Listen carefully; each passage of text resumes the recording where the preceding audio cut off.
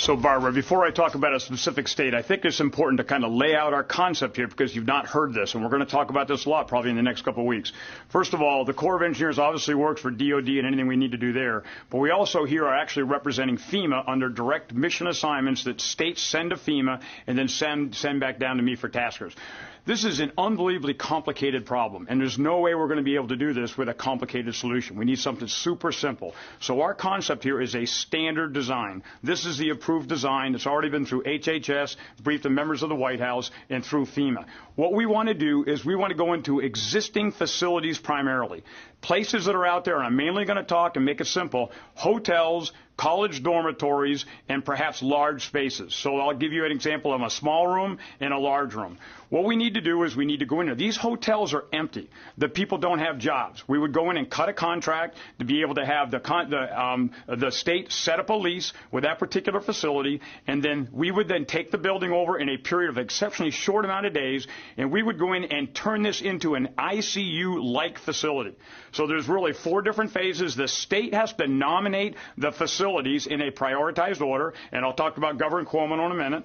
Number 2 is the Corps of Engineers has to come in and to be able to modify that facility. And we can go into more details and other questions, but it goes back to be able to change the pressure in certain hotel rooms to be able to have a negative pressure in a hotel room. The third thing is then you've got to be able to put the supplies in that. And FEMA, working with HHS, is come up with a list that every single hotel room would get the same amount of supplies. It would just go in and all right be there. And then the 4th step is to be able to staff it. This has to be a state job. The state has to put the people in there. You got to clean it and train it. And therefore, just think, you've all been in hotels. Think of the 2nd floor of a standard hotel. The rooms would be like a hotel room, and then we would build nurses stations in the halls. We would have all of the equipment wireless going into the nurses station so you could monitor how those are going to work. Now, let me correlate this back to New York. We want to use New York as the standard setter. And when I met with Governor Cuomo, he said right up front, what can I do? And I said, the biggest thing you need to do is start identifying facilities. And he said, how fast do you need them? I said, I need 1 tonight. I need 3 by tomorrow night. So we actually got turned on by the governor. We got money from FEMA to go into buildings on Tuesday night. We did the Javits Center yesterday, and we were into some of the SUNY schools yesterday. Today, my engineers were walking through 10 other buildings.